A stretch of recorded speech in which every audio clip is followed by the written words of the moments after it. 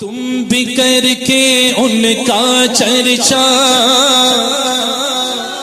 اپنے دل چمکاؤ، اونچے میں اونچا نبی کا جھنڈا، اونچے میں اونچا نبی کا جھنڈا، عظمت والا بولو سب سے اعلیٰ نبی کا جھنڈا، ہر گھر میں لہراؤ پکارو یا رسول اللہ یا حبیب اللہ۔ ابراہیم اکارڈ جو بن رہا ہے تو انہوں نے کہا ابراہیم ہمارے ہیں علیہ السلام، تو قرآن نے اس دعوے کا رد کیا ہے۔ ما کان ابراہیم یہودیہ، حضرت ابراہیم یہودی نہیں ہے، یہودیوں ولا نصرانیہ، نہ نصرانی عیسائی ہے، ولیکن کان حنیفا مسلمہ، لیکن آپ حنیف مسلمان ہیں۔ حنیف کہتے ہیں حق پہ کھڑے ہونے والا، ڈٹ جانے والا اور باطل کو چھوڑنے والا۔ نہ یہودی ہے نہ عیسائی، تورات کے اندر بھی موجود ہے، انجیل میں بھی موجود ہے کہ حضرت ابراہیم علیہ السلام نہ یہودی ہیں نہ عیسائی ہیں۔ اب انہوں نے اپنا رشتہ شروع کیا کہ بھئی اگر وہ یہودی اور عیسائی نہیں ہیں تو ہمارا ان سے نسب ملتا ہے۔ سورہ آل عمران میں پھر 67 نمبر آیت کے اندر اللہ رب العزت نے پھر نفی کر دی، فرمایا ان اولی الناس بابراہیم للذین اتبعوہ، ان بے شک اولی الناس انسانوں کے اندر قریب ہیں، بابراہیم میرے ابراہیم کے، للذین اتبعوہ وہ انسان جو حضرت ابراہیم کی پیروی کرتے ہیں، وہذا النبی حضرت ابراہیم تو اگر کوئی نسبت ہے تو حاضر نبی میرے نبی کے ساتھ ہے، یعنی حضرت محمد مصطفیٰ صلی اللہ علیہ وسلم، وہ حاضر نبی میرے نبی کے ساتھ ہے، اس مبارک نبی کے ساتھ ہے نسبت۔ اور پھر ارشاد فرمایا والذین آمنوا، اور جو ایمان لائے ہیں ابراہیم علیہ السلام ان کے قریب ہیں، جو بے ایمان ہے، کافر ہے، دین چھوڑ چکا، ان کے ساتھ حضرت ابراہیم کا کوئی تعلق نہیں۔ ابراہیم اکارڈ بنانے والوں، ابراہیم علیہ السلام کے نام پر مسلمان جمع ہو سکتا ہے، لیکن یہودی، نصرانی اور اس طرح کے لوگ جو ان کی پیروی بھی نہیں کرتے، ان کو مانتے نہیں، ان کی تعلیمات کے منکر ہیں۔ نسائی کی حدیث پاک ہے، حضور نے فرمایا صلی اللہ علیہ وسلم ہر نبی دوسرے نبی کے ساتھ اس کی مشابہت ہے، فرمایا میری سب سے زیادہ مشابہت جس نبی کے ساتھ ہے وہ حضرت ابراہیم علیہ السلام ہے۔ تیسری بات کرنے لگا ہوں، یہ بالکل یہ ایسے کر دے گی کہ جو چیز بھی دماغ میں باقی ہے نا وہ اس کو ختم کر دے گی۔ یا ایھا الذین آمنوا، اے ایمان والو، لا تتخذوا اليہود والنصارى اولیاء، ان کو دوست نہ بنانا، نہ یہودی کو اور نہ عیسائی کو۔ کس کو کہا جا رہا ہے؟ مسلمانوں کو۔ واضح لفظوں میں ان کو روک دیا گیا ہے، تمہارے یہ دوست ہو ہی نہیں سکتے۔ جب دوست ہی نہیں ہے تو معاہدے کس چیز کے؟ میں یہ نہیں کہتا کہ تجارت نہ کرو، کرو، حضور نے سودا بیچا ہے، یہودیوں کو بیچا ہے، عیسائیوں کو بیچا ہے، تجارت کی اجازت ہے، یرانے کی اجازت نہیں ہے۔ مل کر بیٹھ کر کھانے کھا رہے ہیں، سو رہے ہیں، آ رہے ہیں، پیار کی پینگیں بڑھا رہے ہیں، مسلمان بڑھا سکتے ہیں، یہودی عیسائیوں کے ساتھ نہیں بڑھا سکتے، قرآن نے واضح لفظوں میں منع کر دیا۔ اب اگر کوئی کہے کہ اس کی اجازت ہے کہیں تو بتائیے، جب قریش مکہ نے میرے آقا علیہ الصلوۃ والسلام کو کہا آپ ہمارے بتوں کو برا بھلا کہتے ہیں، آپ ایسا کریں کہ ہم آپ کو بادشاہ بناتے ہیں، مکہ کی خوبصورت لڑکی سے نکاح کرتے اور اس کے بعد جو آپ چاہتے ہیں دیتے ہیں، آپ ہمارے بتوں کو برا بھلا نہ کریں، کچھ تعلیمات ہم آپ کی مان لیتے ہیں، کچھ آپ باتیں ہماری مان لیں۔ اب سرکار نے یہاں کیا فرمایا؟ آپ نے فرمایا چاند اور ستارے میرے دائیں ہاتھ پہ اور بائیں ہاتھ پہ رکھ دو، میں اللہ کے لائے ہوئے پیغام میں سے بھی ایک بال برابر کمی نہیں کر سکتا۔ اب یہ سمجھ آتی ہے کہ نبی کا جو پیغام ہوتا ہے وہ مشکل نہیں ہوتا، وہ مکسچر نہیں ہوتا، اس کو بھی ملا لو، اس کو بھی ملا لو، یہ ملا لو، کچھ باتیں تیری کچھ میری، نہ یہ نوجوانوں کو بالخصوص سوشل میڈیا کے ذریعے جو ہے نا پوائزن کیا جاتا ہے، ذہن کو بدلا جاتا ہے۔ یہ ابراہیم اکارڈ ہو رہا ہے، جی یہ ہو رہا ہے، ہم اکٹھے ہو رہے ہیں، فلاں فلاں، یہ ذہن میں رکھو۔ جب بھی کوئی نبی آتا ہے اس بات کو تھوڑا سا یوں آسان کر لیتے، پھر مزید سمجھ آ جائے گی۔ جب بھی کوئی نبی تشریف لاتا ہے تو پہلے والی شریعت قانون منسوخ ہوتا ہے، نیا قانون آتا ہے۔ حضرت موسیٰ کلیم اللہ علیہ السلام، آپ جس وقت 30 دن روزے رکھ چکے، 30ویں روزے پر آپ نے مسواک کر دیا۔ جب مسواک کیا تو اللہ نے فرمایا موسیٰ تمہاری شریعت میں روزے کے ساتھ مسواک کرنا منع ہے، ہم کیا کریں؟ مسواک روزے کے اندر کر سکتے ہیں لیکن موسیٰ علیہ الصلوۃ والسلام کی امت کے اندر اور آپ کی شریعت کے اندر مسواک روزے میں منع ہے۔ حضرت آدم علیہ الصلوۃ والسلام شریعت میں بہن کے ساتھ، بھائی بہن کے ساتھ نکاح کر سکتا ہے، بعد والی شریعت میں منسوخ ہے۔ ہم آدم علیہ السلام کو مانتے ہیں، نبی مانتے ہیں، سچا نبی مانتے ہیں، لیکن شریعت سرکار کی مانیں گے کیونکہ ہمارے لیے پہلی شریعتیں منسوخ ہو چکی۔ سیدھی بات سمجھ آئی کہ نہیں؟ اب اگر کوئی بندہ یہاں لے آ کر کہے کہ بھئی ہم وہی معاہدہ چاہتے ہیں، ایک چیز ادھر سے پکڑیں گے، ایک چیز ادھر سے پکڑیں گے، ایک چیز ادھر سے پکڑیں گے، بعد میں یہ ماڈرن قسم کے لوگ بنیں گے، لیبرل قسم کے لوگ بنیں گے، پتہ نہیں کچھ کوئی بہنوں سے ساتھ نکاح کر رہا ہوگا، کوئی مثال کے طور پر شریعت کے مذاق اڑاتا چلا جا رہا ہوگا، پھر کہیں گے یہاں موجود ہے، یہاں موجود ہے۔ یہ ایک فتنہ ہے جس میں امت کو مبتلا کرنا چاہتے ہیں۔ جب سرکار تشریف لے آئے، پہلے انبیاء کو مانتے ضرور ہیں لیکن ان سب کی شریعتیں منسوخ ہو گئیں، اب شریعت محمد مصطفیٰ کی ہے۔ حضور اکرم علیہ الصلوۃ والسلام نے فرمایا اِنَّا لِلَّهِ تَبَارَكَ وَتَعَالَى مَلَائِكَةً سَيَّارَةً، اللہ کے کچھ فرشتے ایسے ہیں جو چلتے رہتے ہیں، سیر کرتے ہیں، ڈھونڈتے ہیں۔ کس چیز کو ڈھونڈتے ہیں؟ کہا وہ محفل ذکر جہاں ہوتی ہے نا، اس محفل ذکر کو ڈھونڈتے ہیں۔ جب ان کو محفل ذکر مل جاتی ہے تو کیا کہتے ہیں؟ حلموا الی حاجتکم، زور سے پکار کے کہتے ہیں دوسرے فرشتوں آ جاؤ آ جاؤ آ جاؤ، حاجت پوری ہو چکی ہے۔ اب وہ آ کر اس محفل میں شامل ہو جاتے ہیں۔ کتنے فرشتے ہیں؟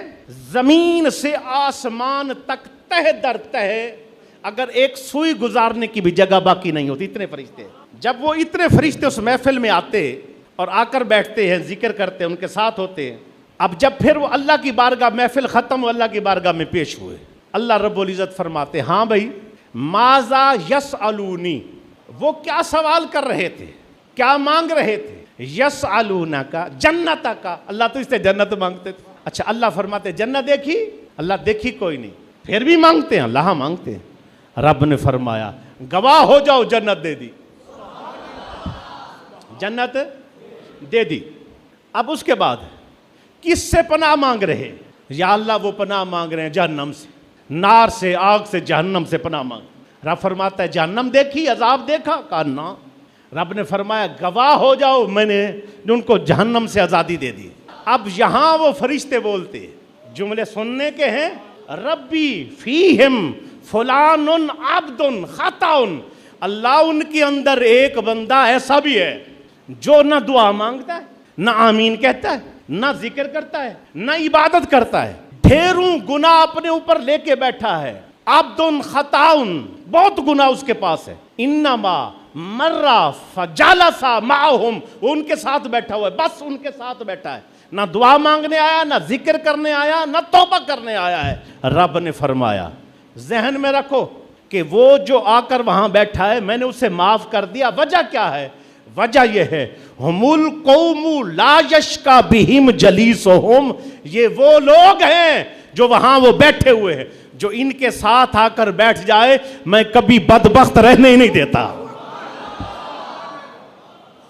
میں بدبخت بھائی، جو ذکر کرنے آیا کیا مقام پا گیا، جو عبادت کرنے آیا کیا مقام پا گیا، جو نیکی پر چلنے آیا کیا مقام پا گیا، جو توبہ کی نیت سے آیا کیا مقام پا گیا۔ سنگت کو ہلکا نہ لینا، صحبت کو ہلکا نہ لینا۔ کوئی بندہ بتائے شاہ صاحب تسی تے نقشہ کشی اس طرح ہی کر رہے ہو جس طرح تہاڈی محفل دے واسطے فرشتے لبدے پھردے۔ اللہ کی عزت کی قسم ہماری محفل کو بھی فرشتے ڈھونڈتے پھرتے ہیں۔ کیوں؟ علامت ساری اس میں موجود ہے۔ کیا ہے؟ فرشتے آ رہے ڈھونڈ، جہاں ذکر ہوتا ہے ہم ذکر کر رہے ہیں، دعا مانگ رہے ہیں، توبہ کر رہے ہیں، توبہ اللہ کی۔ ابھی تو بہت ساری روایت باقی ہیں، یہ اسی جو آگے والے جملے ہیں نا، اس جملے کو پیچھے سے اگر ملا دوں تو فرمایا من قبائل شتہ من اقوام شتہ، قومیں مختلف، علاقے مختلف، شکلیں علیحدہ علیحدہ، برادریاں علیحدہ علیحدہ، مختلف جگہوں پر رہتے ہوں گے، ایک جگہ آئیں گے، اکٹھے ہوں گے۔ پوچھا جائے گا کیوں اکٹھے ہوئے؟ وہ کہیں گے اللہ کے ذکر کے لیے اکٹھے ہوئے ہیں۔ یہ اور قوم کا، میں اور قوم کا، یہ اور قوم کا، یہ اور علاقے کے، یہ اور برادریوں کے، سارے اکٹھے۔ پوچھا کیوں؟ مرشد کو ذکر لینا آیا، اللہ اللہ سیکھنے آئے۔ جو مختلف جگہوں سے آئیں، مختلف علاقوں سے آئیں، پھر ذکر کرنے کی وجہ سے آئیں، توبہ کی نیت سے آئیں، پھر کوئی ان کا دوست ان کے ساتھ ویسے ہی آ جائے، اللہ اس کو بھی محروم نہیں چھوڑتا۔ یہ چیزیں ساری بخاری آپ کو وہابی پڑھا سکتا ہے لیکن یہ نہیں بتا سکتا، کیونکہ اس نے وہ مطلب کی چیز پیش کرنی، آگے اس نے پیش ہی نہیں کرنا۔ یہ وہ ساری چیزیں بخاری میں موجود ہے لیکن چھپا لی گئی۔ ہم اپنے مرشد خانے جا رہے ہیں تو جواب ملتا ہے کی کرن چلے ہو، کی فائدہ ہے؟ اس کو ٹھوک کے سینہ جواب دو کہ میں ابھی 100 کا قاتل نہیں ہوا، اور میں یہ بھی نہیں ہے کہ ابھی پہنچا نہیں ہوں، میں تو پہنچ کے بیعت کر کے توبہ کر کے جو وہ دین کا رستہ بتائے اس پہ چل رہا ہوں۔ مجھ پہ انعامات کیا ہوں گے؟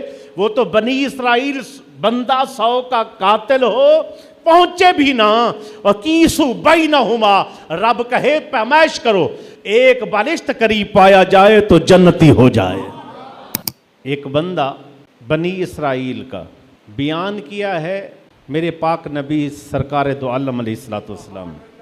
بخاری کی حدیث ہے 3470، بخاری کی حدیث، کانا فی بنی اسرائیل، بنی اسرائیل کا ایک بندہ تھا، قاتل 99 انسانا، 99 بندوں کو قتل کیا تھا، اور اس کے بعد توبہ کرنا چاہتا ہے۔ وہ ایک راہب کے پاس گیا، فقال لہ توبۃ، میری توبہ ہے؟ اس نے کہا لا، نہیں۔ بندہ خار دماغ تھا، اس نے اس کو بھی پھڑکا دیا۔ بندے کتنے ہو گئے؟ بولو بولو، 100۔ جب اس نے بندہ مارا نا، 100 پورے ہو گئے۔ پھر اس کو کسی نے کہا کہ بھائی ہاں اللہ والے رہتے فلاں جگہ پہ، ادھر چلا جائے۔ بھائی اللہ گھر میں ہے کہ نہیں؟ بولیے گا تھوڑا۔ گھر میں ہے، توبہ ہو سکتی ہے سب کو، وہ کیوں ڈھونڈ رہا ہے؟ بندہ کیوں ڈھونڈ رہا ہے؟ پہلی شریعتوں کا بھی قاعدہ ہے اور حضور بتا رہے ہیں تو بھی یہ قاعدہ ہے کہ توبہ کلے نہیں جاؤندی، توبہ ہو جائے گی، توبہ پر استقامت کسی کے ساتھ جڑنے سے ملتی ہے۔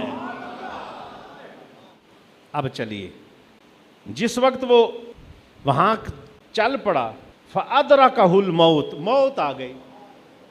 ابھی گیا نہیں، پہنچا نہیں، رستے میں تھا، موت آ گئی۔ جب موت آئی تو نیکی کے فرشتے بھی آ گئے، جو فرشتے برے لوگوں کی روح قبض کرتے وہ بھی آ گئے۔ معاملہ یہاں تک ہو گیا کہ آپس میں دونوں فرشتے جھگڑنے لگے۔ اب اللہ رب العزت نے فرشتہ بھیجا، جاؤ ان کی جو ہے نا دونوں کی صلح کراؤ، فیصلہ کرو۔ فیصلہ ہو رہا ہے۔ اب اس نے کہا جی زمین کی پیمائش کرو، اگر یہ بندہ نیکوں کے قریب ہے، ان کے قریب ہے، ان کے فکرے پر توجہ کرنا، نیکوں کے قریب ہے تو جنتی ہے۔ اگر یہ اپنے گھر کے قریب ہے تو یہ جہنمی ہے۔ آؤ عقیدہ سنو، سنگت کی برکتیں سنو، نیکوں کے ساتھ رہنے کی برکات دیکھو۔ 100 کا قاتل، 100 کا ہے کوئی ہم میں جس نے 100 قتل کی ہو؟ 100 کا قاتل ہے، پہنچا نہیں ہے، رستے میں موت ہے، پکی بات ہے، اٹھاؤ جہنم لے جاؤ۔ تمہیں آخرت کی باتیں بتائی جا رہی ہے تاکہ دنیا میں تم اپنا عقیدہ سنوار لو۔ اب کیا ہوا؟ کیسو ما بینہما، پیمائش شروع ہو گئی دونوں کے درمیان، ادھر بھی فرشتے پیمائش کر رہے، ادھر بھی پیمائش کر رہے۔ فوجد الی ہذہ اقرب بشبر، فوجد پس وہ پایا گیا، الی ہذہ اقرب بشبر، صرف ایک بالشت اللہ والوں کے قریب۔ تو کیا فرمایا؟ لے جاؤ اس کو جنت۔ بھائی اگر ایک بالشت کوئی بندہ 100 کا قاتل ایک بالشت بھی زیادہ ہو جائے، یعنی قریب ہو جائے اللہ والوں کی طرف، تو اللہ اس کا مقدر جنت بنا دیتے ہیں۔ نہیں دیکھتے کیا کچھ کر کے آیا ہوا ہے۔ سنگت کو اتنا معمولی سمجھنے والوں، بخاری سے عقیدہ سمجھو۔ یہ چیزیں ساری بخاری آپ کو وہابی پڑھا سکتا ہے لیکن یہ نہیں بتا سکتا۔ اصول ہے کہ قرآن اگر قادیانی سے بھی کوئی پڑھے گا تو اس کا عقیدہ قادیانیوں والا ہو جائے گا، کیونکہ اس نے وہ مطلب کی چیز پیش کرنی، آگے اس نے پیش ہی نہیں کرنا۔ یہ وہ ساری چیزیں بخاری میں موجود ہے لیکن چھپا لی گئی. کسی کو آج کوئی وہاں سے چل کے آیا ہم جا رہے ہیں, ہم اپنے مرشد خانے جا رہے ہیں, تو جواب ملتا ہے کی کرن چلے ہو, کی فائدہ ہے. اس کو ٹھوک کے سینہ جواب دو کہ میں ابھی 100 کا قاتل نہیں ہوا, میں قاتل بھی نہیں ہوا 100 کا, اور میں یہ بھی نہیں ہے کہ ابھی پہنچا نہیں ہوں. میں تو پہنچ کے بیعت کر کے توبہ کر کے جو وہ دین کا رستہ بتائے اس پہ چل رہا ہوں. مجھ پہ انعامات کیا ہوں گے؟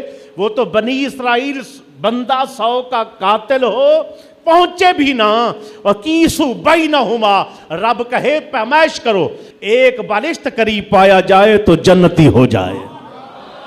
جب ہم تصوف کی محفل سے جاتے ہیں تو ہمارے کچھ ساتھی پڑھے لکھے لوگ بھی سوال کرتے ہیں کہ جی یہ کیا ضرورت ہے, خدمت بھی آ رہی ہے تے جے بنچ بھی جا رہی ہے, یہ سارا کچھ ہو رہا ہے, یہ کی ہے پتہ نہیں پیسے کٹھے کرنے دا طریقہ ہے.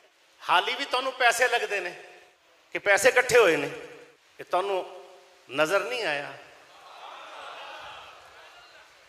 10 50 100 آتا نظر آیا, اور اس خدمت میں ان کو ملا کیا ہے وہ نظر نہیں آیا. جب والد کی خدمت کرتے ہو, والد کو دیتے ہو, خدمت کرتے ہو, کسی نے کہا ہے باپ کو دینے سے, والد کی خدمت کرنے سے, والد دنیا دار ہے, دنیا کا متلاشی ہے, امی جی دنیا کی متلاشی ہے, امی کو دوں باپ کو دوں, تو کیا کہتے ہو ہماری سعادت ہے کہ ہم یہ خدمت اپنی ماں باپ کی کر رہے ہیں. اور بھائی ماں باپ سے تو مرشد کا درجہ بڑا ہے. ماں باپ دنیا میں لے آ کے پھنسا دیا, مرشد نے دنیا سے رب سے ملا دیا. ادھر کرو تو خدمت ہے, ادھر کرو تو کیا ہے دنیا داری ہے. ابھی نعرہ لگا ہے جو ہے سرکار غوث اعظم رضی اللہ تعالیٰ عنہ, سرکار غوث اعظم کو نعروں تک نہ رکھو. سرکار بیٹھے ہیں اور آپ سے آنے والا کوئی مرید بھی بغیر خدمت کے نہیں جاتا. آیا ہوا کوئی مرید بھی, یہ میں علاج کر رہا ہوں, میں خدمت تو اللہ کے حکم سے, حضور کا صدقہ مبارک علیہ رحمت کا صدقہ, مرشد کا صدقہ, تھوڑی کسی چیز دی نہیں. میں صرف علاج کر رہا ہوں ان لوگوں کا جن کے آگے ایک پوسٹ آتی ہے, پیر مرید کے نذرانوں سے پیر کو پجارو مل گئی, اور پیر کی دعا سے مرید کو سائیکل بھی نہ مل سکی. کیا تم گڈیاں لینا آیا سے, پھر گاڑی لینے آیا تو مرید نہیں, بنگلہ لینے آیا تو مرید ہی نہیں.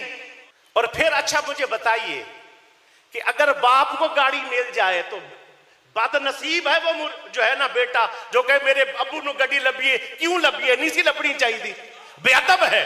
باپ کو گاڑی ملے تو بیٹے اولاد کیا کرتے ہیں, سجدہ شکر کرتے ہیں, اللہ تیرا شکر ہے باپ گاڑی پہ جھولے جھول رہا ہے. ہر بندہ مجھے بتاؤ یہ جو خدمت ہے, آ کر کوئی بندہ خدمت کرتا ہے, کتنی کرتے ہو؟ سنت ہے تہادو تہابو, حضور فرما رہے ہیں تحفہ دیا کرو محبت بڑھے گی. اور اگر تیری محبت مرشد سے بڑھ جائے تو اور کیا چاہتا ہے, اور کیا چاہتا ہے؟ کیا ہے ہم میں تصوف کی کمی ہے, تزکیہ تصفیہ اس طرف ہمارا دھیان نہیں ہے. سارا دن دنیا دنیا دنیا کاروبار میں لگ رہے, وہی 550 کو دیکھ دیکھ بات کرنے والا کوئی اور بات کرے نا تو آپ کو ہو میں بات کر رہا ہوں تو میں لاکھوں روپے کی نوکری سعودیہ چھوڑ کے آیا ہوں. بٹ صاحب میرا وہاں مرید, شاہ صاحب اسلم شاہ پیچھے بیٹھا ہے, میرا وہاں مرید.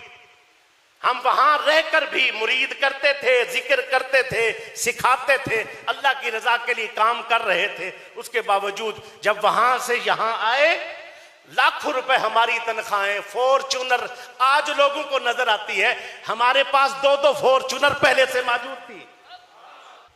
سب کو چھوڑ کے آئے, قربان کیا دین کی خاطر. پھر ایک جناب والا اینٹ سے چلتے چلتے چلتے یہاں جو پرانے رہنے والے ان کو خبر ہے یہ کہاں سے کہاں آئے. ایک قد سے بڑا یہاں گندا پانی تھا بھائی, 22 سال اس سے تھوڑے زیادہ کم و بیش, ایک آپ لوگوں کو بنایا, تیار کیا, انتظار کیا. ہمارے بچے بڑے ہوں گے, ان کو سمجھ آئے گی, یہ دین کا کام کریں گے, میدان میں آئیں گے. الحمدللہ آج ہماری آنکھیں بھی ٹھنڈی ہیں, دل بھی ٹھنڈا ہے. ہم نے دین سکھایا ہے. اللہ کا رستہ سکھایا ہے۔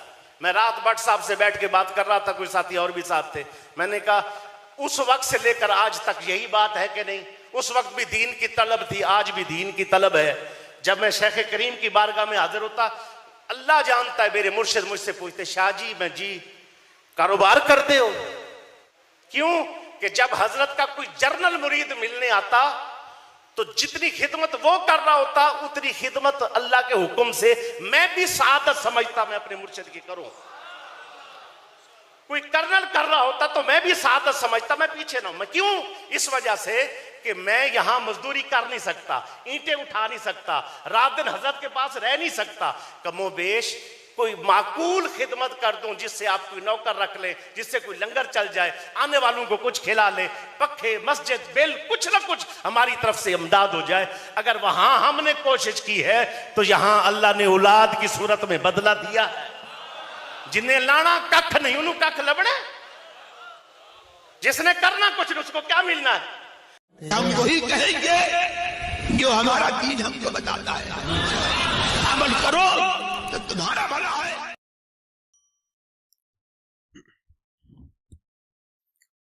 السلام علیکم ورحمۃ اللہ وبرکاتہ۔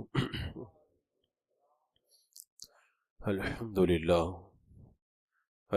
للہ رب العالمین، والصلاة والسلام على من كان نبيا وآدم بين الماء والطين،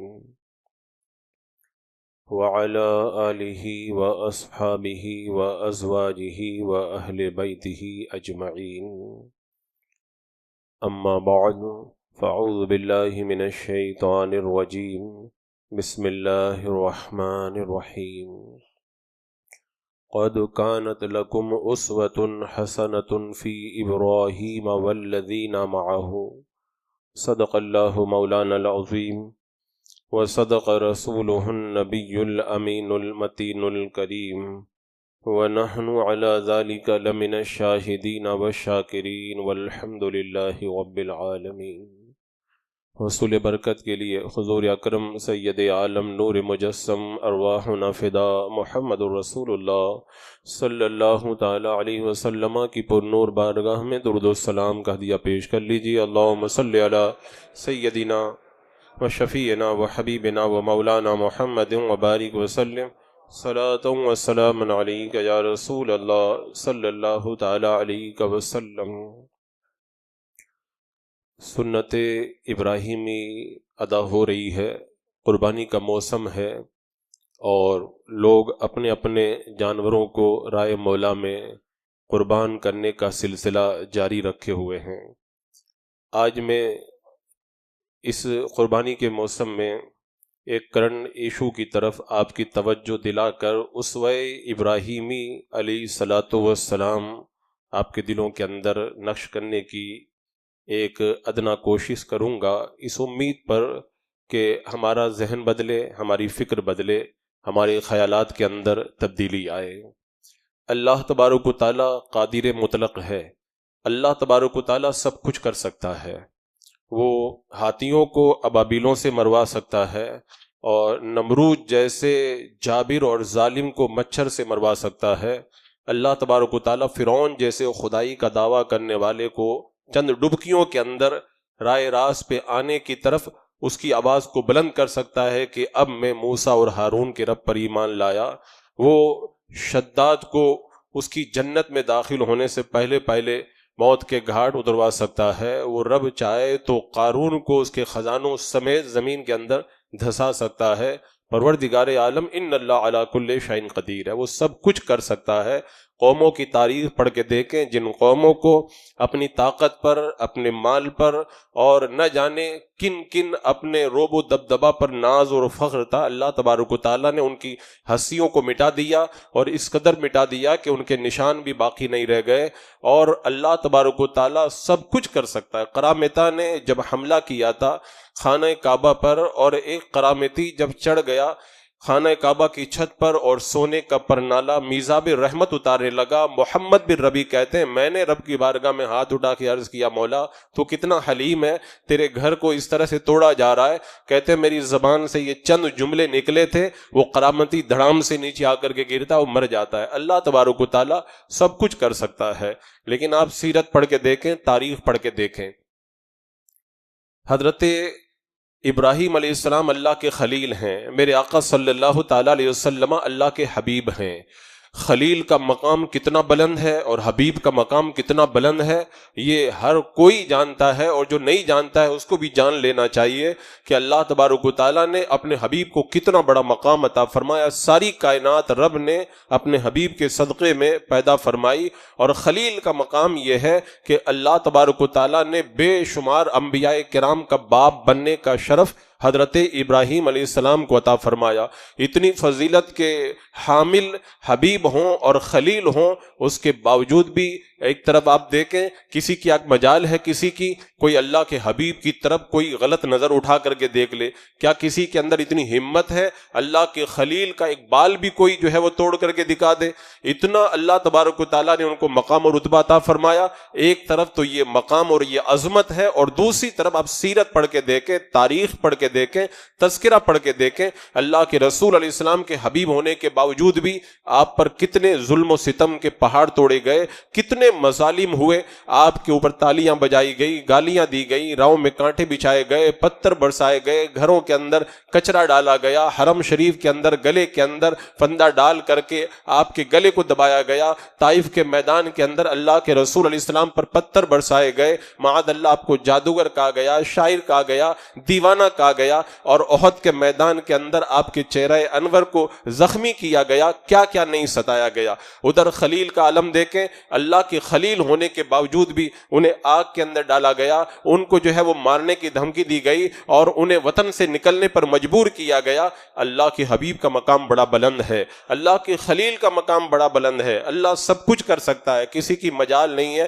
حبیب کی طرف یا خلیل کی طرف کوئی ترچھی نگاہ سے نظر اٹھا کر دیکھ بھی سکے۔ لیکن یہ سارے کے سارے مظالم ہوئے، آخر کیوں ہوئے؟ یہ سارے مظالم کیوں ہوئے؟ یہاں پر آگے بڑھنے سے پہلے ایک جملہ میں اور بتا دیتا ہوں، کچھ لوگ یہ نہ سمجھیں اگر ابو جہل نہ ہوتا مکہ میں تو حضور پر ظلم نہیں ہوتا، اگر نمرود نہیں ہوتا تو حضرت ابراہیم علیہ السلام کے اوپر ظلم و ستم کے پہاڑ نہیں توڑے جاتے۔ یہ جملہ میں اس لیے کہہ رہا ہوں، آج کا جو کرنٹ ایشو ہے اس کے اندر بہت میں نے تفسیریں سنے، لوگوں کی بہت ساری کہانیاں سنی، ہر کوئی اپنا ایک نظریہ رکھتا ہے۔ لوگ یہ سمجھتے ہیں اگر فلاں حکومت چلی جائے تو مسلمانوں کے اندر بڑا سکون ہو جائے گا، اگر یہ حکومت ختم ہو جائے۔ میں کہتا ہوں کسی کے مرنے سے، کسی کے آنے سے اور کسی کے جانے سے حالات نہیں بدلا کرتے ہیں۔ مجھے یاد آتا ہے جب ہم پڑھ رہے تھے مدرسے میں، اس زمانے کے اندر کچھ لوگ کہا کرتے تھے، وہ جو رتھ یاترا نکالی تھی بابری مسجد کو شہید کرنے کے لیے، میں اپنی تقریروں میں ایسے لوگوں کا نام لینا کبھی گوارا نہیں کرتا، تو اس وقت لوگ کہہ رہے تھے اگر یہ مر جائے نا تو مسلمانوں کو بڑا سکون مل جائے گا۔ وہ تو بہت پہلے منظر نامے سے غائب ہو گیا، اسکرین سے اس کا چہرہ تو زمانہ ہو گیا غائب ہو گیا، لیکن حالات جیسے بد تھے اس سے بھی بدتر ہوئے، حالات اچھے نہیں ہوئے۔ تو اگر مکہ کے اندر ابو جہل نہیں ہوتا تو کیا اللہ کے رسول علیہ السلام پر ظلم نہیں ہوتا؟ اگر نمرود نہیں ہوتا تو کیا حضرت ابراہیم علیہ السلام پر ظلم و ستم کے پہاڑ نہیں توڑے جاتے؟ اگر ابو جہل نہیں ہوتا تو کوئی دوسرا ابو جہل کا بھائی وہاں پہ ظلم کرنے کے لیے موجود تھا، اگر نمرود نہیں ہوتا تو نمرود کا کوئی دوسرا بھائی وہاں پہ موجود تھا ظالم بن کر ظلم کرنے کے لیے۔ تو ہمارے ذہن کے اندر، ہمارے فکر اور ہمارے خیال کے اندر ہم نے جو ایک تصویر بنا کر کے رکھی ہے، اگر یہ حکومت چلی جائے، اگر یہ ہو جائے، اگر یہ لوگ مر جائیں، اگر یہ لوگ ختم ہو جائیں، حالات بڑے اچھے ہو جائیں گے، بڑا سکون ہو جائے گا، بڑا اطمینان ہو جائے گا۔ اپنے ذہن و فکر سے اس خیال کو جھٹک کر کے رکھ دیں، اس لیے کہ اس فکر نے اور اس خیال نے بہت سارے مسلمانوں کے ذہن کو تباہ کر کے رکھا ہے، اور وہ صرف حالات اسکرین بدلنے کا انتظار کر رہے ہیں۔ میں کہتا ہوں اسکرین بدلنے سے حالات نہیں بدلتے، حالات خود کو بدلنے سے بدلتے ہیں۔ حالات تو بدلتے رہیں گے لیکن جب تک آپ خود نہیں بدلیں گے اس وقت تک جو ہے وہ کبھی بھی تبدیلی آئی نہیں سکتی ہے۔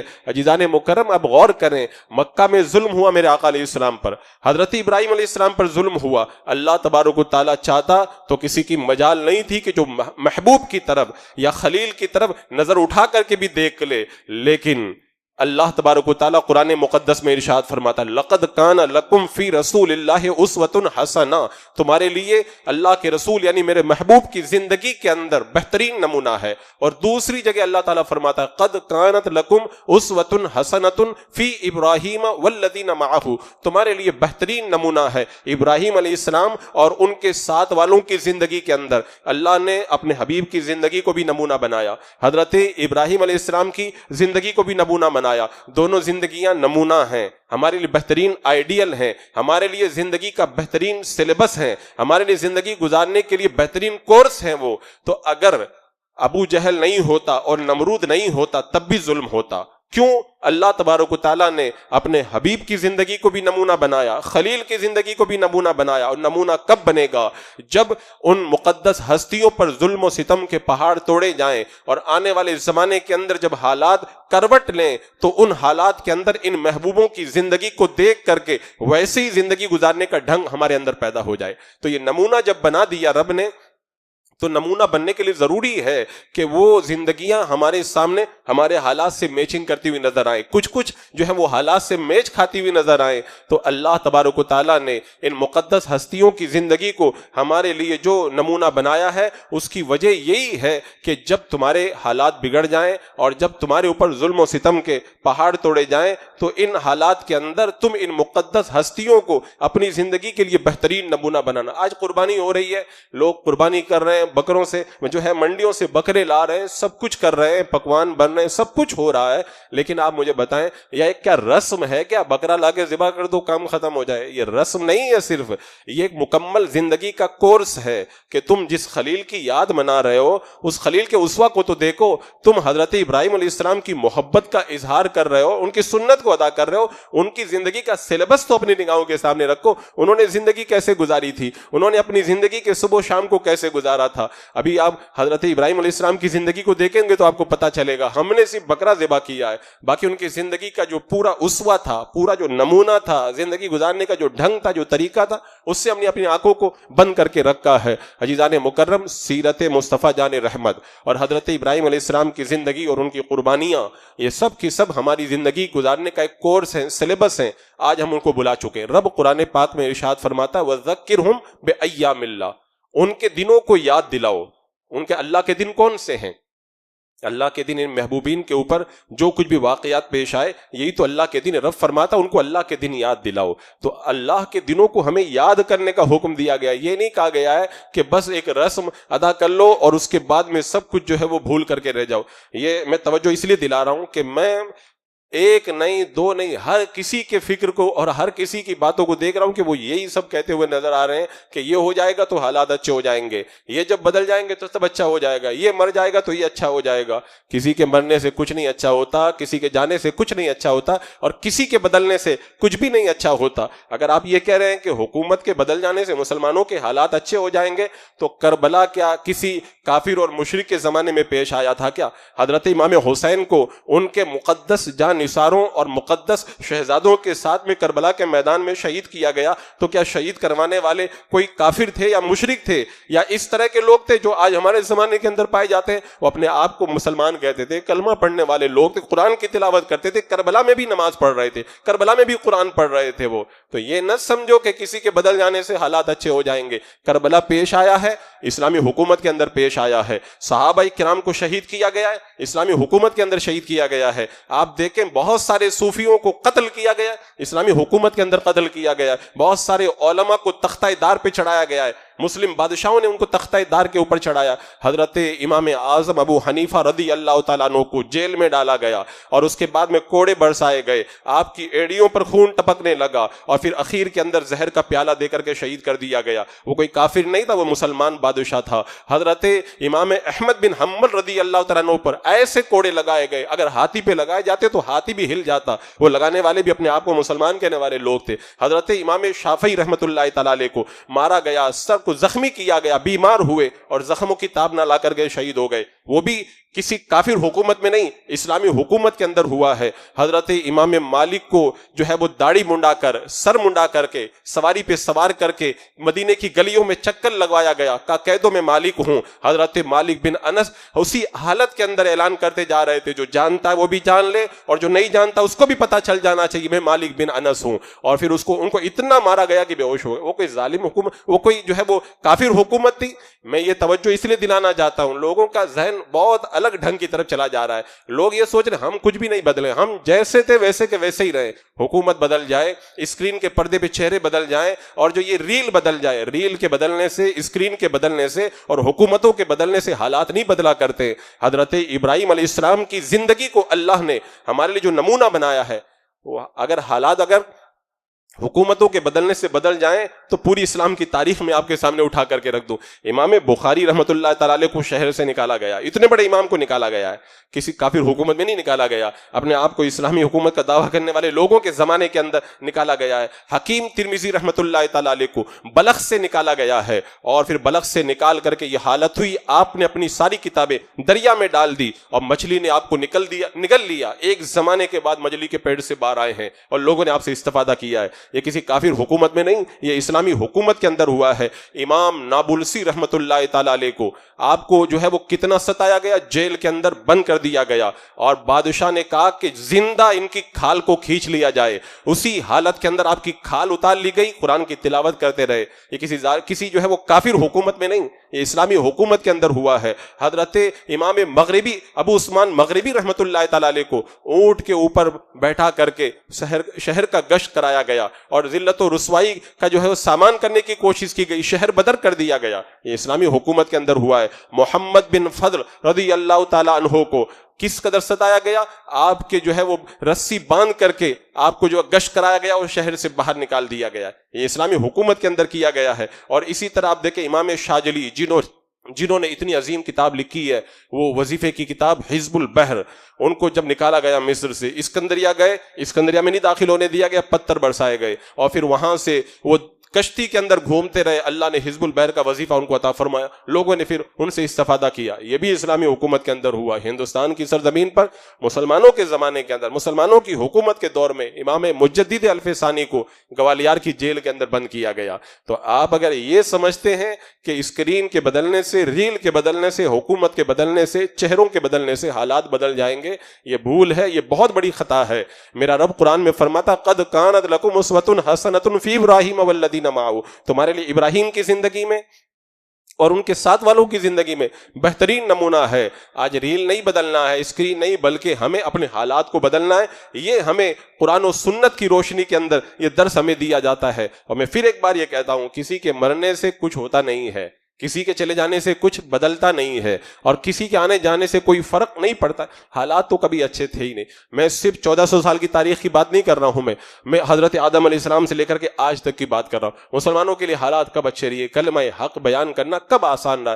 کہ حضرت نوح علیہ السلام کے زمانے میں حالات اچھے تھے, ان کے اوپر کتنے مظالم توڑے گئے, اتنا مارتے تھے کہ مار کے بے ہوش کر دیا جاتا تھا اور گھر میں چٹائی میں لپیٹ کر کے پھینک دیا جاتا تھا. حضرت یحییٰ علیہ السلام کو رب نے سید کہا قرآن کے اندر, سردار فرمایا, لیکن ان کو آرا رکھ کر کے چیر دیا گیا. اللہ کے نبی ہیں وہ, اللہ کے نبی, ان کو آرا رکھ کے چیر دیا گیا. حالات کہاں اس وقت میں حالات اچھے تھے. حالات تو بنتے رہتے ہیں اور بگڑتے رہتے ہیں. اور آپ کو تو پتہ ہی ہے کہ جب رات چلی جاتی ہے تو صبح کو تو ہونا ہی ہے, اندھیرا ختم ہوتا اجالا آتا ہی ہے. حالات تو ایسے بدلتے جیسے موسم بدلا کرتا ہے, اور پھر بعد میں مشکلات ختم ہو کر کے فتح کی بشارتیں عطا کی جاتی ہیں. یہ سب کچھ ہوتا ہے. ہماری نظریں پارٹیوں پہ لگی ہوئی ہیں.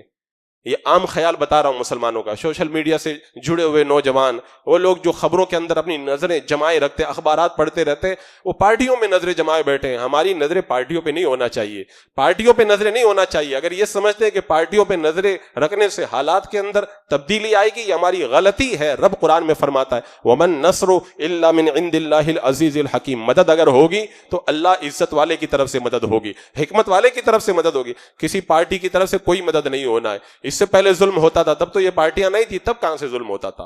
اور یہ ظلم آج کی کہانی ہے. زمانے گزر گئے ظلم ہوتے ہوتے، رب نے فرمایا ومن نصر الا من عند اللہ العزیز الحکیم، اگر مدد ہوگی تو اللہ کی طرف سے ہوگی، کسی پارٹی کی طرف سے کوئی مدد نہیں ہونا ہے، مدد اللہ تبارک و تعالیٰ فرمانے والا ہے۔ اور آپ تاریخ پڑھ کر کے دیکھیں، اللہ قرآن پاک میں ایک جگہ کیا فرماتا ہے، ان تنصروا اللہ ینصرکم، اگر تم اللہ کے دین کی مدد کرو گے اللہ تمہاری مدد کرے گا، تمہارے قدموں کو جما دے گا۔ آج ہم نے اللہ کے دین کی کون سی مدد کی ہے؟ اللہ کے دین کی مدد کرنا تو بہت دور کی بات ہے، ہم اللہ کے دین پر خود چلنے کے لیے تیار نہیں ہوتے ہیں۔ اور پھر وہ ایک بڑی لمبی چوڑی کہانی ہے ہمارے حالات کی، اور ہمارے جو ہے وہ گناہوں کی بڑی لمبی چوڑی کہانی ہے۔ آج میں یہ بات بھی کہوں گا کہ اگر مان لو اسکرین بدل جائے، اگر پارٹی بدل جائے، تو جو دوسرے آئیں گے وہ پرہیزگار آئیں گے، متقی آئیں گے، وہ 5 وقت کے نمازی آئیں گے، وہ اپنے زمانے کے بڑے پارسا اور صوفی اللہ کے ولی آئیں گے۔ ایک ظالم جائے گا تو دوسرا ظالم آئے گا، یا ایسے ہی چکر چلتا رہے گا، یا ایسے ہی جو ہے وہ سارے کا سارا حالات کا کھیل چلتا رہے گا۔ اس طرف توجہ دینے کے بجائے ہمیں ضرورت اس بات کی ہے کہ ہمیں حالات کے بجائے اپنے حالات کو دیکھیں۔ حضرت ابراہیم بن ادہم رضی اللہ تعالیٰ بصرہ میں گئے، بصرہ کے لوگوں نے کہا بادشاہ ظالم ہے، دعا کریں اللہ ظالم سے نجات عطا فرما دے۔ حضرت ابراہیم بن ادہم نے کہا اگر میں نے دعا کر دی، یہ مر گیا، دوسرا ظالم آئے گا، تب کیا کرو گے؟ یہ کیا دنیا میں ایک ہی ظالم ہے کیا؟ اس کے بعد میں کوئی ظالم نہیں ہے، ایک مر جائے گا پھر سب ختم ہو جائیں گے؟ تو انہوں نے کہا ہم کیا کریں؟ کہا تم نیک بن جاؤ، اللہ تمہیں اچھا بادشاہ عطا فرما دے گا۔ انہوں نے نیکی کا ماحول بنایا، اللہ تبارک و تعالیٰ نے انہیں اچھا بادشاہ نصیب فرما دیا۔ کہنے لگے ابراہیم بن ادہم آپ نے ہمیں بڑا اچھا مشورہ دیا ہے۔ اور یہاں پر میں یہ بات بھی کلیئر کر دوں، یہ حالات جو کچھ بنتے ہیں، حالات کے اندر 2 طرح کے لوگ ہوتے ہیں، ایک پرہیزگار اور نیک لوگ، اور ان کی تعداد بڑی کم ہوتی ہے۔ دوسرے گنہگار، سیاکار اور اللہ اس کی رسول کی نافرمانی کرنے والے لوگ، ان کی تعداد تقریباً ہر زمانے کے اندر زیادہ رہی ہے۔ اب ظاہر سی بات ہے جب 2 طرح کے لوگ ہیں تو یہ جو حالات بنتے ہیں وہ بھی 2 طرح کے ہوا کرتے ہیں۔ ایک تو ان حالات کے اندر امتحان ہوتا ہے، کن کا؟ اللہ کے نیک بندوں کا۔ اسی حالت میں برے بھی رہ رہے ہیں، نیک بھی رہ رہے ہیں۔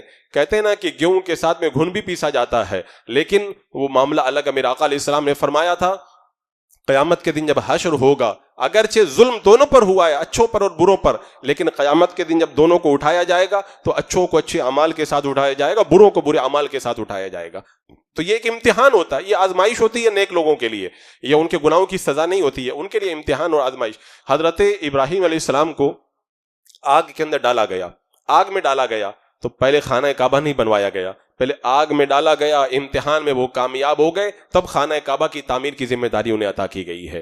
حضرت اسماعیل علیہ السلام کی یادگار قربانی ویسے ہی نہیں یادگار بن گئی ہے، پہلے ان کو خود کو چھری کے نیچے اپنا گلا رکھنا پڑا ہے۔ جب انہوں نے اس امتحان کو دے دیا تب جا کے اللہ تبارک و تعالیٰ نے ان کی قربانی کو یادگار بنا دیا ہے۔ اسی طرح آپ دیکھیں حضرت یوسف علیہ السلام کو مصر کی بادشاہی ویسے نہیں مل گئی ہے، پہلے ان کو کنویں میں ڈالا گیا، پھر مصر کے بازار میں بیچا گیا، ان تکلیفوں سے جب گزر گئے پھر مصر کی جیل میں بھی رہنا پڑا، اور پھر جیل سے جب باہر آئے تب اللہ تبارک و تعالیٰ نے ان کو مصر کی بادشاہی عطا فرمائی ہے۔ حضرت موسیٰ علیہ السلام کو ویسے ہی قوم کے ساتھ میں نجات نہیں دی گئی، پہلے ان کو راتوں رات مصر سے نکلنا پڑا۔ فرعون آپ کے تعاقب کے اندر تھا، آپ کو پکڑنا چاہتا تھا، پہلے آپ کو نکلنا پڑا، پھر اللہ نے وہ زمانہ عطا کیا کہ آپ کو اللہ تبارک و تعالیٰ نے مصر میں وہ طاقت عطا فرمائی کہ اپنی قوم کو لے کر کے آپ وہاں سے نکلے۔ حضرت یعقوب علیہ السلام کو یوسف کا وصال ویسے نہیں ملا، پہلے کئی سال تک محبت یوسف کے اندر انہیں رونا پڑا، تب جا کے اللہ تعالیٰ نے وصال کی دولت عطا فرمائی ہے۔ اور مکہ ویسے نہیں فتح ہو گیا، مکہ ویسے نہیں فتح ہو گیا، پہلے رات کے سناٹے میں تلواروں کی چھاؤں میں میرے آقا علیہ السلام کو مکہ سے نکل کر کے مدینہ جانا پڑا، تب جا کے اللہ تبارک و تعالیٰ نے مکہ کی فتح عطا فرمائی ہے۔ تو یہ ایک امتحان ہوتا ہے، یہ آزمائش ہوتی ہے۔ رب فرماتا قُلْ لَن نَقُصُّ عَلَيْكَ مِنْ أَنْبَاءِ الرُّسُلِ مَا نُثَبِّتُ بِهِ فُؤَادَكَ، یہ جتنے انبیاء کے قصے ہیں، انبیاء کے واقعات ہیں، ہم آپ پر پیش کرتے ہیں، کیوں؟ تاکہ اسے تمہارے دلوں میں مضبوطی پیدا ہو، تمہارے دلوں میں استقامت پیدا ہو، تمہارے دلوں کے اندر ہمت پیدا ہو۔ آج ان انبیاء کرام کے ساتھ میں جو واقعات پیش آئے، اگر وہ واقعات نہیں ہوتے تو ہمیں ہمت کہاں سے ملتی، ہمیں حوصلہ کہاں سے ملتا، ہمیں یقین کہاں سے ملتا، ایمان کی دولتیں کہاں سے میسر آتی؟ تو کُلًا نَقُصُّ عَلَيْكَ مِنْ أَنْبَاءِ الرُّسُلِ مَا نُثَبِّتُ بِهِ فُؤَادَكَ، ان واقعات نے ہمارے دلوں کو مضبوط کیا ہے۔ لیکن قوم مسلم کو واقعات ہی نہیں معلوم ہے تو دل کے اندر قوت کہاں آئے گی؟ پھر وہی دیکھیں گے اب کسی حکومت بن رہی ہے، ہاں یہ جائے گا تو پھر بہت اچھا ہو جائے گا، فلاں آئے گا تو بڑا اچھا ہو جائے گا۔ کبھی نہیں اچھا ہونے والا ہے جب تک کہ بندہ خود اپنے آپ کو نیکیوں کے سانچے کے اندر نہ ڈال دے۔ آج جو اچھا ہونے کی بات کر رہے ہیں، ہم زیادہ قیمتی ہیں کہ حضرت امیر حمزہ زیادہ قیمتی تھے؟ حضرت امیر حمزہ میرے آقا علیہ السلام کے چچا ہیں، جن کے بارے میرے آقا نے فرمایا تھا یہ اللہ کے بھی شعر ہے اور اللہ کے رسول کے بھی شعر ہے۔ حضرت امیر حمزہ کی شانیں کتنی بلند ہے، میں بیان کروں تو پورا مکمل مجھے خطاب کرنا پڑے، اتنی شانوں کے مالک، لیکن میرے آقا علیہ السلام کی موجودگی میں احد کے میدان میں انہیں شہید بھی کیا گیا، ان کے ناک کان کو بھی کاٹ دیا گیا۔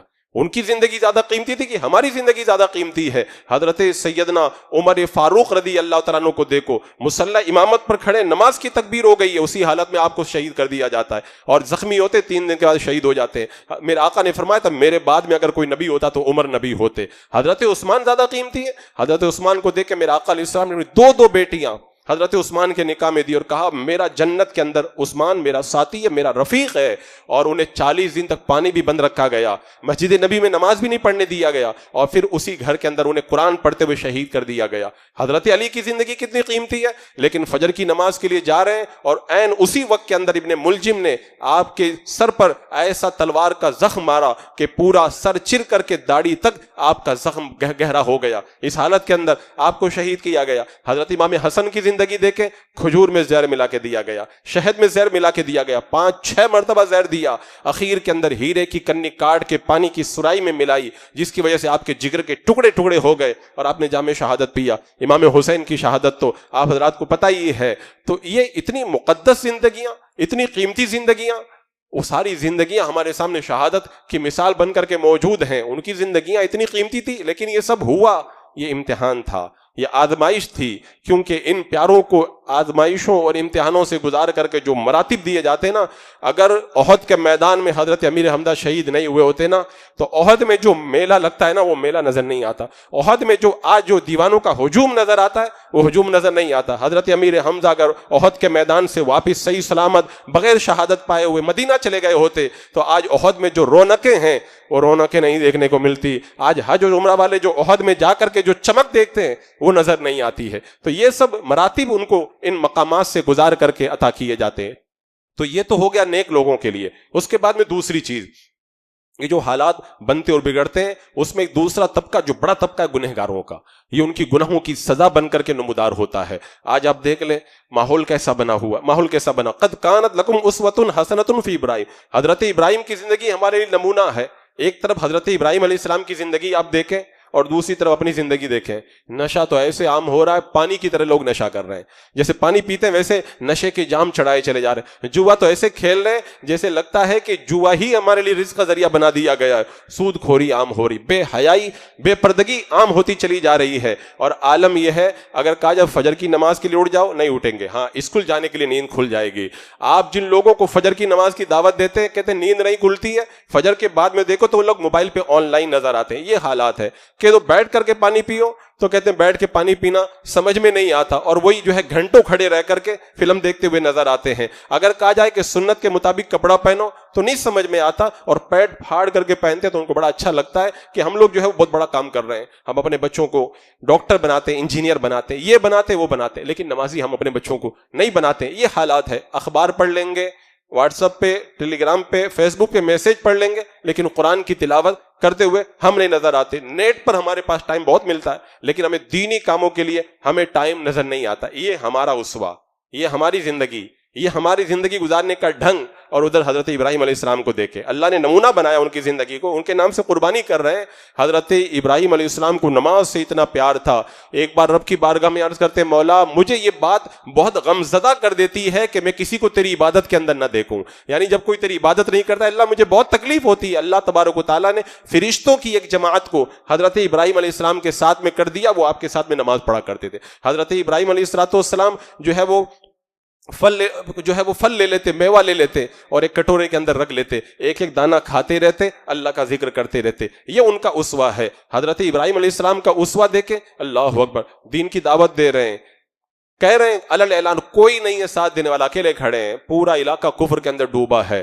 اور معلوم ہے دھمکی کیسے دی جاتی ہے، لئن لم تنتہی لارجمنک، اگر تم نے دین کی دعوت دینا بند نہیں کیا تو ابراہیم پتھر مار مار کے ہم تمہیں ہلاک کر دیں گے۔ لیکن خاموش نہیں ہوتے اور صاف صاف کہتے ہیں میری قوم میں دیکھ رہا ہوں تم سب کے سب گمراہ ہو، سب کے سب گمراہ ہو۔ یہ حضرت ابراہیم علیہ السلام کا اسوہ ہے۔ حضرت ابراہیم علیہ السلام کا اسوہ آپ دیکھیں، جب حضرت ابراہیم علیہ السلام کو لمبے زمانے تک اولاد نہیں ہوئی تب بھی کیا کہا، وَمَن يَقْنَطُ مِن رَحْمَتِ رَبِّهِ إِلَّا الضَّالُّونَ، اللہ کی رحمت سے جو نا امید ہوتا ہے وہ گمراہ ہوتا ہے. ایمان والا کبھی اللہ کی رحمت سے کبھی نا امید نہیں ہوتا ہے.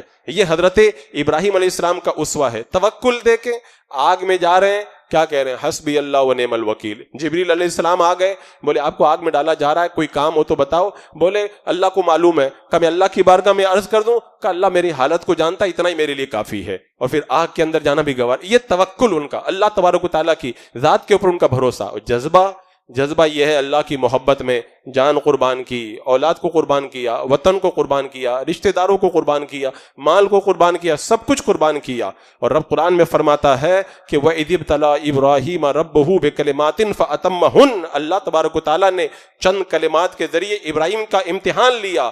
ابراہیم امتحان کے اندر کامیاب ہو گئے. وہ ہر امتحان سے کامیابی اور کامرانی کے ساتھ گزرے. اور جب رب کی بارگاہ میں ہاتھ اٹھائے نا حضرت ابراہیم علیہ السلام نے، دعا کے لیے ہاتھ اٹھائے، تو یہ نہیں دعا کی اللہ میری اولاد کو ایک فلیٹ دے دے، ان کو ایک بنگلہ دے دے، وہ دے دے. حضرت ابراہیم علیہ السلام نے دعا کی رب اجعلنی مقیم الصلاۃ ومن ذریتی، اے اللہ مجھے بھی نمازی بنا دے.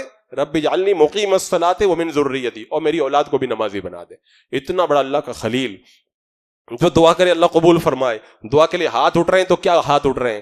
رب اجعلنی مقیم الصلاۃ ومن ذریتی، اے اللہ مجھے بھی نمازی قائم کرنے والا بنا اور میری اولاد کو بھی نماز کے اوپر قائم رہنے والا بنا. اور حضرت ابراہیم علیہ السلام کی پوری زندگی دیکھیں، پورا اسوہ دیکھیں. آج ان کی یاد ہم منا رہے ہیں، ان کی یاد منا رہے ہیں. آپ جا کے دیکھ لیں، منڈیوں کے اندر بکرے تو بہت ملیں گے، لیکن ان بکروں کے درمیان میں قربانی کے وقت میں حضرت ابراہیم علیہ السلام کے دل میں جو تقویٰ تھا وہ تقویٰ آج نظر نہیں آتا ہے. آج قربانی ہو گئی، ہر طرح کا ڈش بن رہا ہے، ہر طرح کا پکوان بن رہا ہے، لیکن جس جذبے کے ساتھ میں حضرت ابراہیم علیہ السلام نے قربانی کی تھی، وہ پکوان کھاتے وقت میں، قربانی کا لطف اٹھاتے وقت میں کوئی بھی حضرت ابراہیم علیہ السلام کے اس عشق کو نہیں یاد کرتا ہے کہ کس عشق کے اندر انہوں نے قربانی کی تھی. آج بکروں کی خریداری کرنے والے فون پہ فون کر رہے ہیں، اس کے گانٹ ہے قربانی کریں کہ نہ کریں، اس کو لنگڑا کے چل رہا ہے قربانی کریں کہ نہ کریں، یہ جو ہے وہ اس کا کان کٹا ہوا ہے، اس کا دانت ٹوٹا ہوا ہے. ایک جانور خریدنے گئے ہیں اور اتنے عیب کی جانچ اور چھان بین کر رہے ہیں، اور کرنا بھی چاہیے، نہیں تو قربانی صحیح بھی نہیں ہوگی، ایسا بھی ہو سکتا ہے. لیکن جانور کی عیب کی اتنی چھان بین کرنے والے، خود قربانی کرنے والے اپنے عیبوں کو بھول جاتے ہیں. ان کو خود کو نہیں پتا رہتا کہ ہمارے اندر کتنے عیب ہیں، ہم کتنے عیبوں کے اندر ڈوبے. ایک جانور کو قربان کر رہے ہو تو سارے عیبوں کو ٹٹول کر کے دیکھ رہے ہو.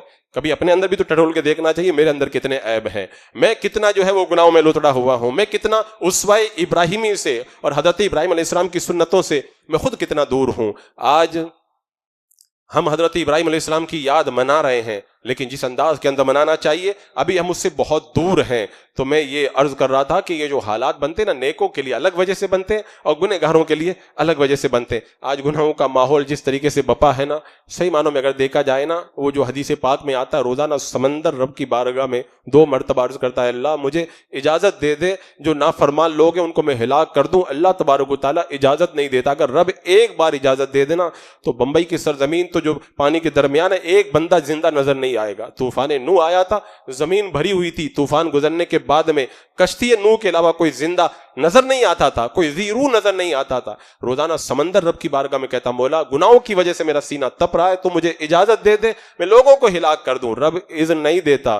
اگر رب اذن دے تو کیا ہوگا؟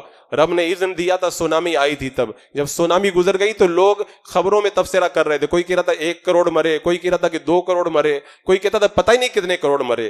ساحلوں پر، سمندر کے کناروں پر ایک نہیں کئی ملکوں کے اندر لاشوں کے انبار لگے ہوئے تھے، اور کوئی گنتی کرنے والا وہاں پر کیلکولیٹر بھی موجود نہیں تھا. تو عزیزان مکرم، یہ حالات کی جو مار ہوتی ہے، یہ حالات کی مار گناہوں کی وجہ سے بھی ہوا کرتی ہے. اور وہ جو روایت بڑی مشہور روایت ہے، اس سے پہلے بھی میں نے آپ کو بتائی تھی وہ روایت، اللہ اکبر، بیہقی شریف کی روایت ہے. حضرت موسیٰ علیہ السلام کی بارگاہ میں قوم نے کہا تھا اے اللہ ہم سے راضی ہو یا ناراض ہو تو پتہ کیسے چلے گا؟ تو اللہ تبارک و تعالیٰ نے فرمایا جب میں راضی ہوتا ہوں تو اچھے بادشاہ کو مقرر کر دیتا ہوں، اور جب میں ناراض ہوتا ہوں تو ظالم بادشاہ کو میں مقرر کر دیتا ہوں. تو اللہ کے راضی اور ناراض ہونے کی دلیل ہے وہ قرآن مقدس کی آیت کریمہ ہے وَكَذَلِكَ نُوَلِّي بَعْضَ الظَّالِمِينَ بَعْضًا، اسی طرح ہم بعض کو بعض پر مسلط کرتے، بعض ظالموں کو بعض پہ مسلط کرتے ہیں.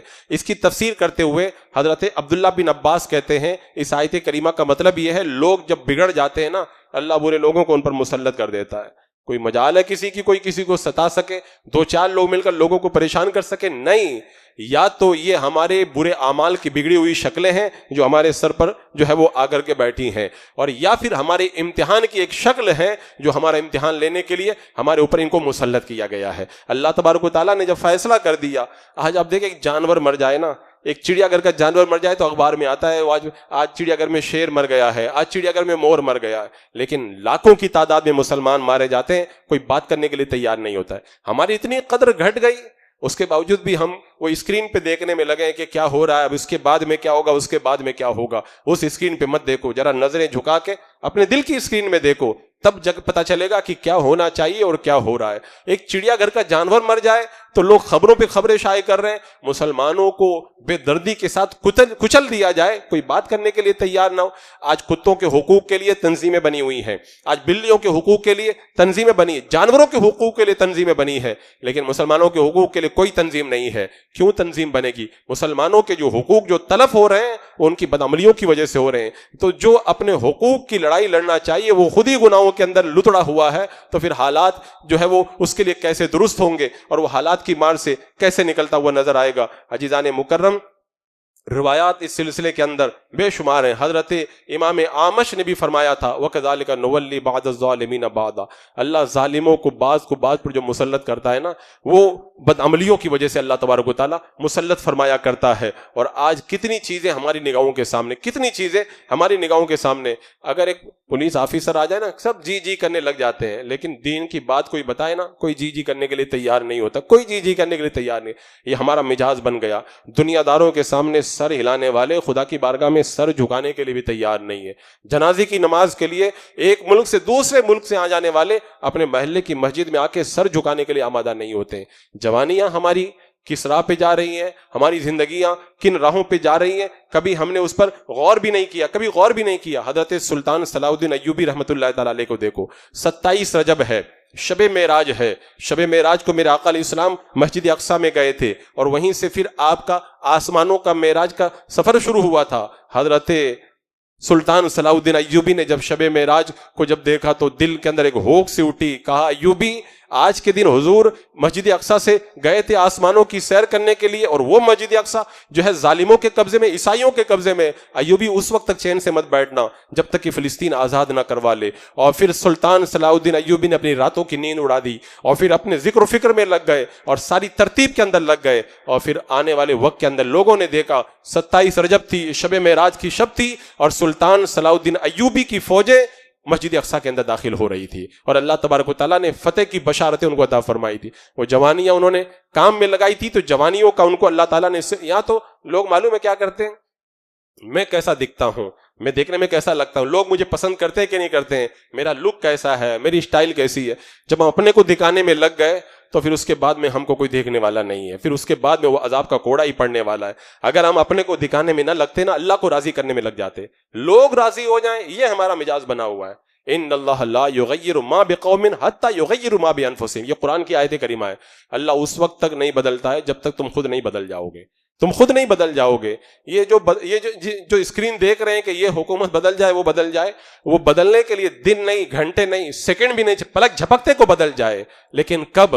جبکہ وہ قرآن کی اس آیت پہ عمل کیا جائے۔ ان اللہ لا یغیر ما بقوم حتی یغیروا ما بانفسہم، تم اپنے آپ کو بدل لو، اللہ قوم کو بدل کر کے رکھ دے گا۔ یہ قرآن کی آیت کا مفہوم ہے، لیکن ہم اس مفہوم سے آنکھیں چرا رہے ہیں اور سوچ رہے ہیں کہ نہیں، ہم تو جیسے ہیں ویسے ہی رہیں، باہر کا سب کچھ بدل جائے۔ ستر مرغ کی طرح اگر کوئی اپنی گردن کو نیچے چھپا کر کے رکھ لے اور وہ یہ سمجھے کہ میں کسی کو نہیں دیکھ رہا ہوں تو کوئی مجھے بھی نہیں دیکھ رہا ہے، یہ اس جانور کی بھول ہے، اور وہی بھول آج ہم کر رہے ہیں۔ ہم سوچ رہے ہیں حالات سے آنکھیں چرا کر کے ہم جو ہے وہ اپنی من مرضی کے مطابق زندگی گزاریں، اور اس کے باوجود ہمارے لیے حالات بدل جائیں گے۔ میں کہتا ہوں حالات بدل جائیں گے بعد میں، پہلے ہم بدل جائیں گے۔ یہ اس آیت کریمہ کا مفہوم ہے۔ پہلے تبدیلی اندر سے آتی ہے، باہر سے باہر۔ طوفان جب اٹھتا ہے تو پہلے اندر اس کے لیے لاوا تیار ہوتا ہے، جب اندر سے جب ماحول بنتا ہے تب جا کر کے طوفان باہر آیا کرتا ہے۔ آج ہمارے اندر جو طوفان ہونا چاہیے وہ ہے ہی نہیں، ہمارے اندر جو جذبات ہونا چاہیے وہ جذبات ہے ہی نہیں۔